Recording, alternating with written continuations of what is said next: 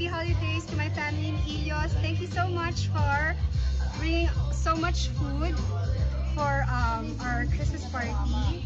This Christmas party naman is for the friends of my kuya who's not here, no longer with us. So thank you so much for always being there and being part of our family. Love you guys. Maraming tagahanga ang nakakapangsin at pumupuri sa itsura ngayon ni Claudine Barreto. Ngayong araw lamang, December 12, 2025, nagpost siya ng Instagram video kung saan makikita ang kanyang slim na pangangatawan. Ayon kay Claudine, ang kanyang inspirasyon sa pagpapayat ay ang pag-aalaga sa kanyang kalusugan.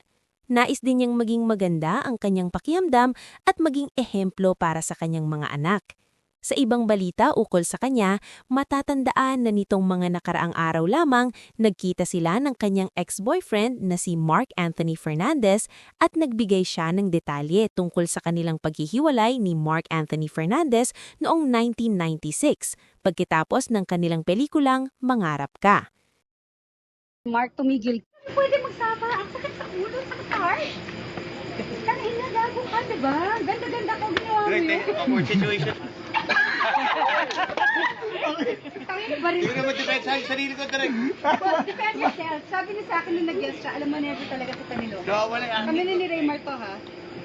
Never kita niloko. Ilang taon na ulit yung panganay mo? Ano na? Nasa Merville ako, nagbe-breakdown ako. Sa bazaar, may nagsabi sa akin, nakabuntis ka. Si Chelsea, yung anak mo. Ako ba? No. O, ano? Okay, cut. Sino mali? God! Akala ko nun. Hindi yan sinabi sa akin ni Ate Rod ang lahat. Isang magandang inspirasyon talaga si Claudine Barreto sa kanyang determinasyon na maging mas malusog at fit. Ang dedikasyon niya sa pagpapayat ay nagpapakita na posible ang pagbabago, lalo na kung may matinding pagnanais na alagaan ang sarili.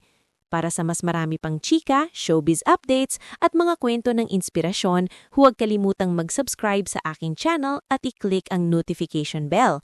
Maraming salamat po mga kadaryo!